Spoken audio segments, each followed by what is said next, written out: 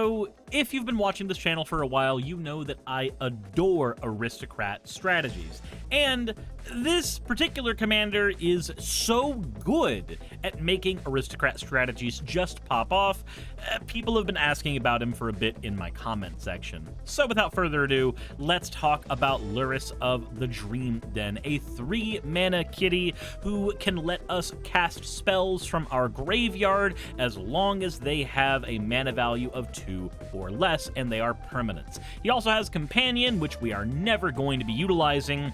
All that matters for us is that Lurrus of the Dream Den is letting us recast permanents over and over and over again. So, let's get right into things. The core strategy of our Lurrus of the Dream Den deck is going to be to repeatedly reuse low-cost cards as opposed to trying to haymaker swing into high-cost cards later in the game. Because of this, we are going to be running a smaller ramp package than usual, and most of the cards in this deck are going to feature a very, very low mana curve. We also need to make sure that we're able to just win the game in general, which can be kind of difficult if we are running all low-cost cards.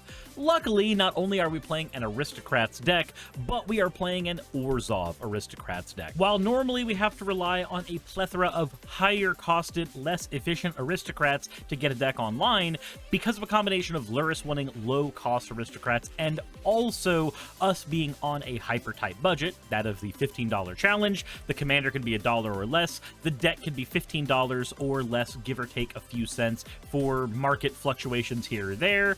Let's go ahead and look at the Aristocrats that we have available, thanks to us being the kind of deck that we are. 4 of the 6 Aristocrats, which are the win conditions of the deck, manage to fit under 2 mana because they are Orzhov Aristocrats that we get access to thanks to Lurrus and thanks to his special ability. So let's look at what each and every one of these does and why they matter. So Cruel Celebrant has the benefit of letting us make everybody lose 1 life and then gaining us a life as soon as a creature dies. The Corpse Knight has the ability where if any one of our creatures enters the battlefield, each opponent will lose 1 life. Elas Il-Kor, she has the ability where if another creature enters the battlefield, we gain a life, and if a creature leaves the battlefield on our control, then everybody loses a life. Vran makes everybody lose 2 life and us gain 2 life once per turn when a creature dies. Falconwrath Noble will make a target player lose a life and us gain a life, and Vindictive Vampire will make us gain a life and everybody lose a life. Again, all of this is when creatures die on our board, but Falconwrath Noble is a little unique in that it's when any creature dies, not just when our own creatures die. This means that if we cast board wipes, we are going to be able to threaten a lot more damage on a given board than normal. But we also need to make sure that we are able to recur cards. Our commander recurs cards very well, but we need more ways of doing that. Enter the Reanimation and Recursion section of our deck. Now, our commander already reanimates things pretty easily for us, but as I have always tried to say, you need ways of supplementing your commander's ability. That way, if it dies too many times, you are not out of the game. So, let's look at what we've got here, beginning with Lively Dirge. This card has Spree. It is fantastic. It lets us search our library for any card and throw it in the graveyard, which we can, of course, then cast with our commander. We can also pump 2 more mana into it to get 2 creatures from our graveyard with a total mana value 4 or less onto the battlefield. So in an ideal scenario, we are sinking 6 mana into Spree, getting a card that we need into the graveyard, and then reviving 2 other cards we have already thrown in there or lost to various removal style shenanigans throughout the game. This card is fantastically strong in a deck like this, where we can always play things from the grave. We also have that of Rebirth. It is a 1 mana card that says anytime an artifact creature is put into the graveyard, put an oil counter on it, and then we can pay 3 mana and tap it to remove 4 oil counters and return any creature from our graveyard to the battlefield at sorcery speed. This will give us access to revival of creatures who are larger than what Lurrus would allow us revival of. Sun Titan is also doing that job alongside Redemption Choir. Both of these, when they enter the battlefield or attacked, we can go ahead and get any card with mana value 3 or less as long as it is a permanent from our graveyard onto the battlefield. We can use this to ramp ourselves by getting our fetch lands back up. We can use this to get back artifacts that give us special abilities. We can use this for a lot of things besides just creatures. Redemption Choir costs less and has a Coven restriction behind his ability, but it's a really easy one to get going, all things considered. Then we have Savine's Reclamation to return a permanent card with mana value 3 or less from our graveyard to the battlefield, and if we flash it back from the graveyard, we can use Savine's Reclamation's ability twice. Then we have Angelic Removal, Fungal Fortitude, Indebted Spirit, and Necrogen Communion. Each of these are effectively doing the same thing. If an enchanted creature with one of these ones, except, you know, Angelic Renewal, it's a bit more flexible. Whenever a creature is sent to the graveyard with one of these enchantments on the board, we will be able to revive it under whatever conditions the enchantment cares about. For Angelic Renewal, that's just picking and choosing which creature revives. For Fungal Fortitude and Necrogen Communion, that just means that the creature was enchanted by these cards specifically. And for Indebted Spirit, it cares that the creature can be turned into a token, basically. It doesn't bring the actual permanent back. It creates a spirit token with flying that we can then use to sacrifice for more things after the fact. And Indebted Spirit, we can cast it from the graveyard because it does have a 2 mana or less mana value, even though we are going to be casting it for 3 a lot of the time. Or, you know, sometimes we're just going to cast the Indebted Spirit itself and then let it just die over and over and over again. It's a really, really easy engine to abuse with something like Lurrus. Then we have Altar of Ball, which says that we can exile a creature we control, usually a token, maybe one of the tokens created by Indebted Spirits, and return any creature from our graveyard to the battlefield at sorcery speed. Altar of Ball is one of my favorite pet cards, and you will learn to love it as I have. It is amazing. It has done no wrong. But we also need ways to get cards into the graveyard for our strategy to work. So we've got a few methods of handling that. Let's get into each and every one of those, beginning with Bartolome. Bartolome says we can sacrifice a creature to put a 1/1 counter on it. It's also a 2-mana creature that is castable with Lurrus. Cartel Aristocrat allows us to do the same thing, but it gives Cartel Aristocrat protections. Vampiric Rites lets us sacrifice a creature to draw a card. Flesh Taker allows us to scry 1 and gain a life every time a creature is sent to the graveyard when we sacrifice it. We can also pay 1 to sacrifice a creature to give Flesh Taker 2/2, giving us access to a mana sink and an alternate win con when things get tight. Tarian's Journal allows us to sacrifice creatures or artifacts to draw cards at sorcery speed, and it also allows us to flip it later into the Tomb of Aklazatz if we want a way to revive creatures even more powerfully throughout the game. Then we have Viscera Seer, sack a creature, scry 1. Very simple, super powerful. Trading Post is one of the more interesting card includes in this deck. It does cost 4 mana, so it's outside the realm of what our commander can recast, but it allows us to put important component pieces in the graveyard by discarding cards and gaining us 4 life. It allows us to create tokens with one of its abilities. It allows us to sack creatures to take artifacts from our graveyard and put them back in our hand,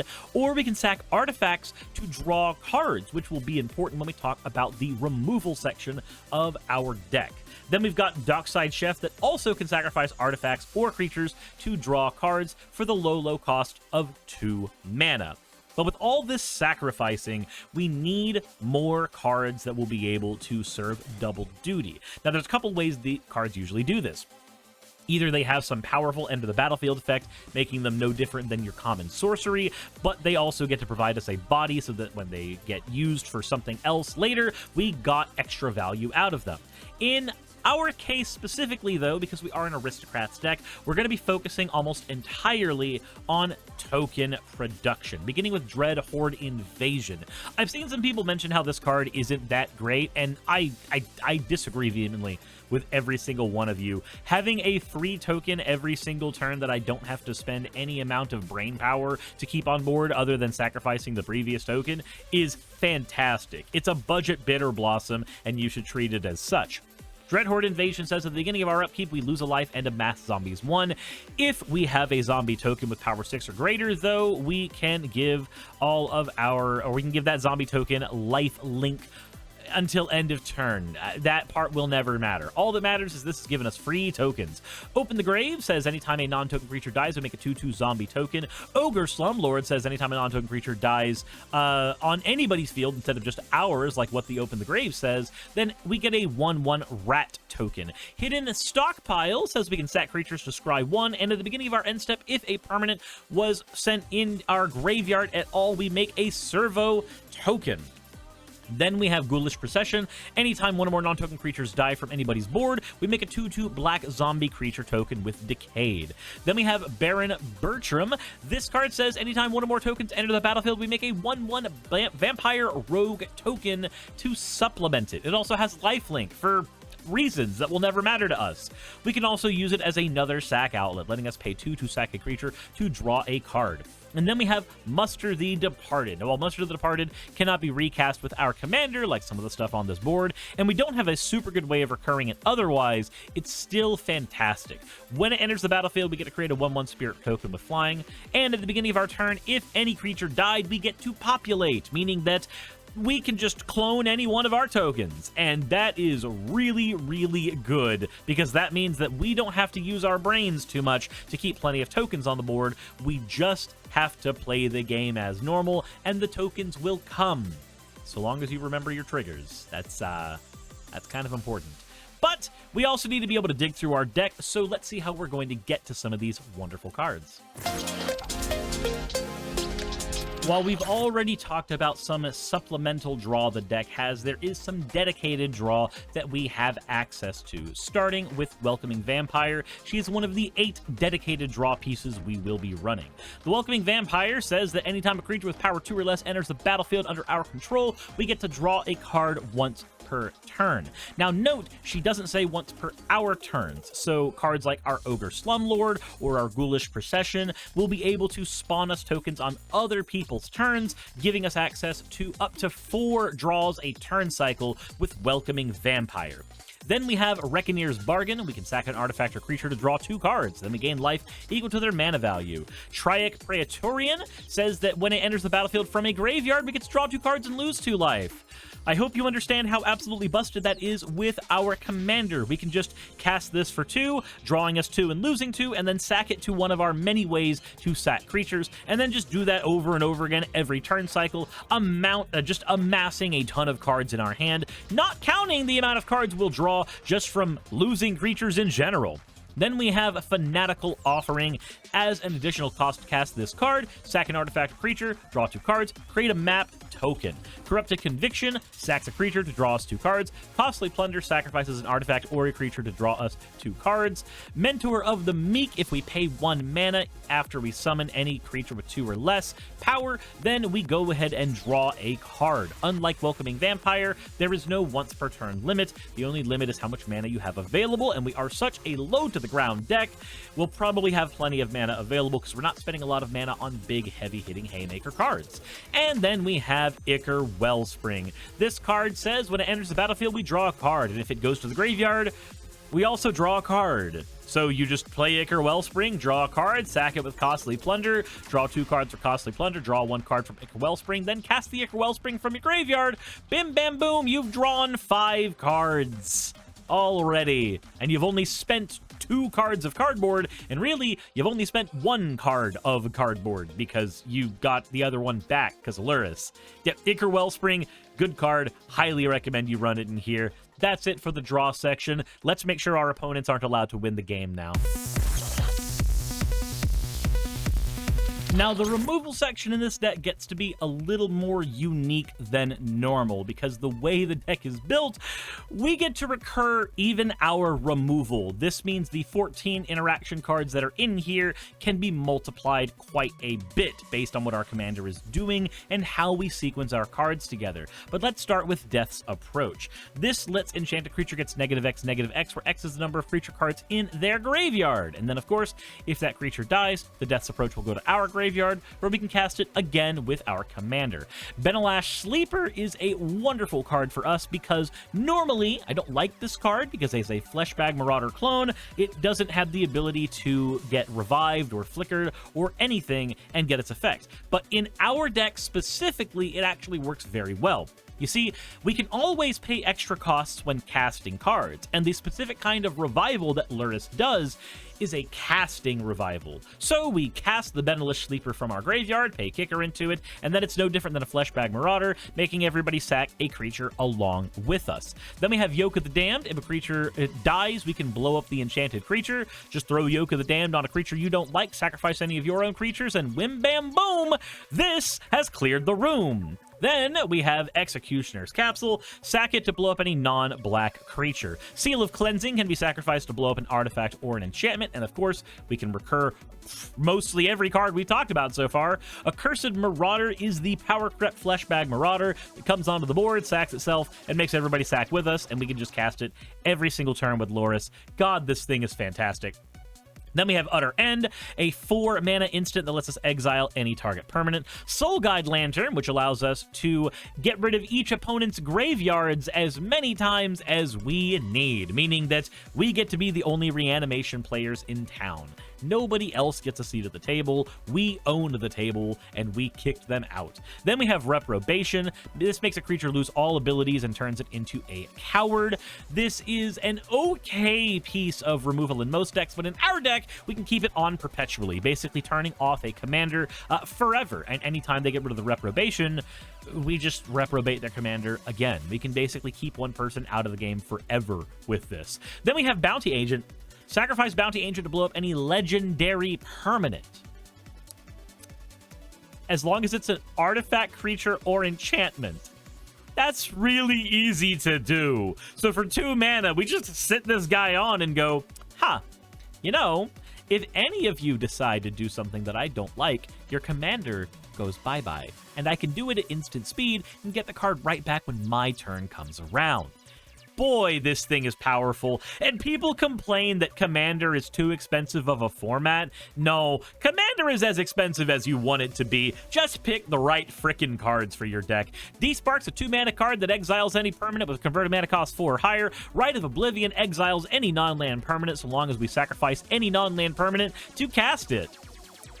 Boy, I wonder if sacrificing non-land permanents was a thing we wanted to do in the first place anyway. It's also got Flashback. Then we have Cathar Commando. We can sacrifice her to get rid of an artifact or an enchantment. And Tithing Blade.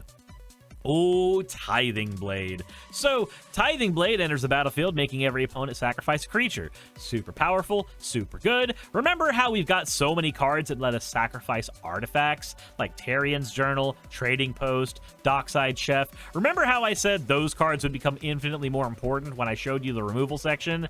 Here's the removal section. So, Tithing Blade comes down for 2, makes everybody lose a creature, and then we sacrifice Tithing Blade via any of the, 10 cards I've mentioned that have the ability to sacrifice one of our artifacts. Then we just cast it again from the graveyard. Every turn cycle. This means that every single turn cycle, whether we have the Accursed Marauder, the Benelish Sleeper, or we have the Tithing Blade, with just our commander, we have the ability to keep everybody's boards on lockdown. We get to turn Voltron decks off entirely. We get to screw with even token decks if we happen to have the Accursed Marauder specifically. We get to make sure that boards are clean, simplified, and ready to go. That way we can just win the game with the death of 1,000 cuts that happens when you play an Aristocrat's deck. However, that's not the only ways we have to clear the board. We need more ways than just that to make sure that we are consistently on top of everybody else's game. Enter the 2 board wipes we've chosen. Dusk and Dawn is the first one. Blow up all creatures with power 3 or greater. And then with Aftermath, we can return all creature cards with power 2 or less from our graveyard to our hand, and of course all those cards are going to be super cheap, so it'll be very, very easy to cast all of those. Note, Dusk will kill our commander, but that's honestly fine. Then we have Austere Command. We can choose 2 modes when we cast this, blowing up all artifacts, enchantments, creatures with mana value 3 or less, or creatures with mana value 4 or greater. Pick the modes that benefit you the best, and make sure that the board is kept nice and clean. That said, let's go into how we're going to afford cards that cost a whopping 6 mana, even though the deck only has, 3 of them or something. Now, I did mention that the ramp section is going to be a bit smaller than usual. This is because our deck has a lower than usual mana curve. So we've got 9 ramp pieces, the first of which is Charitable Levy. This makes non-creature spells cost 1 more to cast, and anytime a player casts a non-creature spell, we put a collection counter on Charitable Levy. If there are 3 or more collection counters on it, we draw a card, then put a plains from our deck into the battlefield tapped, then shuffled. With our commander, this thing is absolutely busted, right? Like, so, Charitable Levy, right? This card already works as an okay-ish stacks piece, but a very good way to ramp in white, because it replaces itself and gets you a dual land out of the deck, because it doesn't say basic plains. But in our deck specifically, we can keep the Charitable Levy online for as long as we damn well please. The thing is nutty. Then we've got Mere Convert, Marble Diamond, Charcoal Diamond, Arcane Signet, Orzhov Signet, and Ornithopter of Paradise as the usual 2-mana rock, super inducing, you've seen them a billion times cards. And then we've got Mind Stone, since we can repeatedly sacrifice it to draw cards in our deck, and Wayfarer's Bauble, since we can repeatedly sacrifice it to get lands out of our deck because of how our commander works. Just cast the Wayfarer's Bauble, crack it, get a land, and then crack the Wayfarer's Bauble again when we cast it again with our commander. Now, moving on to the lands, the stuff we can get with Wayfarer's Bauble are these 21 basic lands. We've got 11 swamps, and we have 10 plains. Then we have 5 different dual lands we have access to, beginning with Tainted Field. It comes into play untapped if we have a swamp. Command Tower, Orzhov Basilica bounces a land to our hand if we need it. Shine Shadow Snarl comes into play untapped if we can have a swamp or a plains in the hand to show our opponent. And Snowfield Sinkhole, which always comes into play tapped, but importantly, it is in fact a plains swamp, so it's easy for us to fetch it with something like Charitable Levy. Then we've got 8 fetching lands in our graveyard. Esper Panorama allows us to get the lands from our deck onto the battlefield if we need. Otherwise, it is a 1-mana land that just gives us colorless mana. I like the panoramas a lot because we get to drop them down as untapped lands, and then when we need them to be colored, they can just turn into them. Shire Terrace is doing the same thing, and Promising Vein is doing the same thing. As far as the more classic additions, we also have Terramorphic Expanse, Escape Tunnel, and Evolving Wilds as cards that sack themselves, get us a basic land, but they do not have the ability to tap 4 mana in and of themselves, so they are a little weaker than the other ones in many scenarios. Then we have Ash Barrens, which we can basic land cycle to get any color of land that we need to our hand, and Myriad Landscape, which gets 2 lands of the same kind to our board if they are basic, which means it's basically a ramp piece on a land. And then we finally have 1 utility land in Pit of Offerings. This enters the battlefield tapped and exiles up to 3 cards from any graveyards, and then it taps for the cards colors that those cards were. Most of the time, you're just going to use this to get rid of problematic pieces, and then you're going to bounce it back to your hand with Orzhov Basilica. That's mostly what you're going to be doing here. But this deck is super, super low to the ground, super, super cheap, and really, really powerful. But, what if you wanted to input a little more money into it? As usual with these upgrades, it is entirely vibes-based. Figure out which angle you want to take the deck, and then grab some of these if you want to upgrade the deck from a $15 deck to something a little more punchy. But with that said, I got 23 cards to talk about, so let's get into it. Reassembling Skeleton is the breadth of multiple infinite combos. This card, if you've got like a Phyrexian Altar and something like Ogre Slumlord, is just an infinite sack outlet that wins the game if you've got something like Zulapor Cutthroat out on the board. So I think if you start putting those cards in, this card is a great grab at 19 cents. Immortal Servitude can get every single card with the same mana value, every single creature with the same mana value from your graveyard to the battlefield. So just pay 5 into it to get all 2-costers, or pay 4 into it to get all 1-costers. You get the idea. Weatherlight Completed says anytime we sacrifice a card or a creature we control dies, we get to put a counter on this card and draw a card if it has 7 or more counters. Otherwise, we get to scry 1. Marionette Apprentice Apprentice is another Aristocrat. It would replace some of the higher cost Aristocrats. Anytime one of our creatures or artifacts is put into a graveyard, everybody loses 1 life. Kami of False Hope we can sacrifice to infinitely prevent all combat damage done to us. Witch Enchanter has the ability to blow up artifacts or enchantments when it touches the board, and while it doesn't have the ability to be cast with our commander, it is an MDFC, so it is a free include by just throwing away a plains. Kaya's Ghost Form is probably the best version of the enchanted creature pops back on the board ability because it also saves creatures from exiling. It's just outside of our deck's budget. Deadly Dispute is likewise one of the best versions of the sack a thing to draw a card spells, as it gives us a treasure token on top of it. Zulaport Cutthroat and Blood Artist are both very good 2-mana aristocrats that did not fit into the budget of this deck. Fell the Profane is a removal spell that is free because it is a land on its backside. Then we have Priest of Forgotten Gods, which lets us sacrifice 2 other creatures to draw a card, make everybody sack a creature, and then make them all lose 2 life. And then we also get 2 black mana. This thing's insane. I wish that it wasn't $1.50 so I could afford to put it in this deck.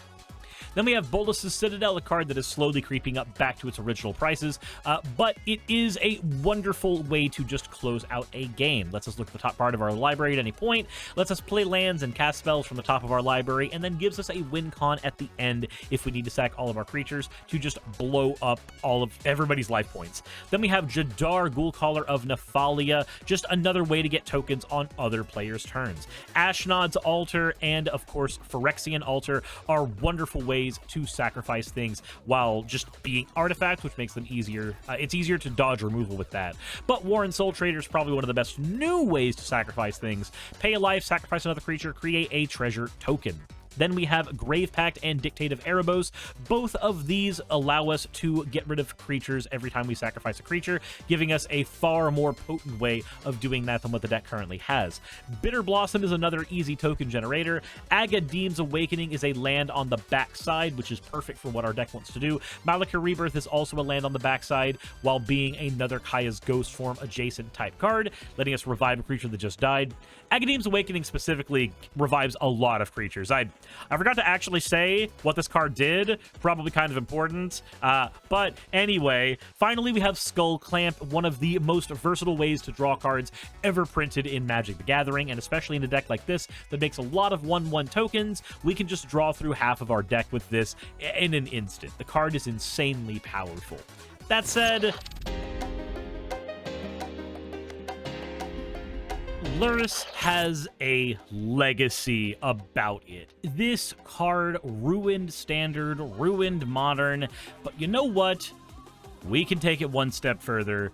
I think in conclusion we should be using Lurrus to ruin people's days in Commander by having such a resilient card, such a resilient commander with a deck that just recurs itself over and over and over and over and over again, that'll basically punish people for not playing more graveyard removal and just sticking to their bog standard Bojuka Bog as their only real out to our graveyard. Like that's not going to be enough. They need an honored heirloom to stop us. That's right, this entire video was just an advertisement for my favorite Rainbow Rock in all of Commander. Anyway, let me know what you guys think in the comment section below. I think the deck is super powerful as it is, but how would you work within the budget to upgrade the deck? What cards would you include in the deck? If you haven't already, maybe consider liking the video, subscribing to the channel. Also, share this video with some friends. Honestly, I would love if you would take this video, if you are enjoying it, and sharing it with people over at your LGS. Maybe you've got some budget players that want some new ideas, or you've got some people who don't really have the biggest collections available because they can't afford to do a whole lot, and they just need access to some stronger decks. Maybe show this video and some of the other ones on my channel to them. That would be really cool. Thank you very much for watching. I appreciate every single one of you. And as always, everybody, insert end of video tagline here. Hey, I just quickly want to give a thank you to all of my wonderful patrons who keep this show running. YouTube and Twitch are a pretty bumpy ride at the best of times, and the stability a Patreon provides me is worth more than I can say here. I'd also like to thank each and every one of my $20 and up patrons here, and they would be Red Joker, Blitzkrieg, Cameron, Dren, Jemshin, Smiling DM, Poundini, Mabbity Babbity, Naomi, Isaac, Agamotto, Jordan, Ravi, Giuni, Kiratorian, Prisma, all of you, Sagitt, I'm not saying that part, and Starlight. And finally, thank you to everyone else that helps keep this channel alive. While you're here, why not check out another video? And thank you for watching.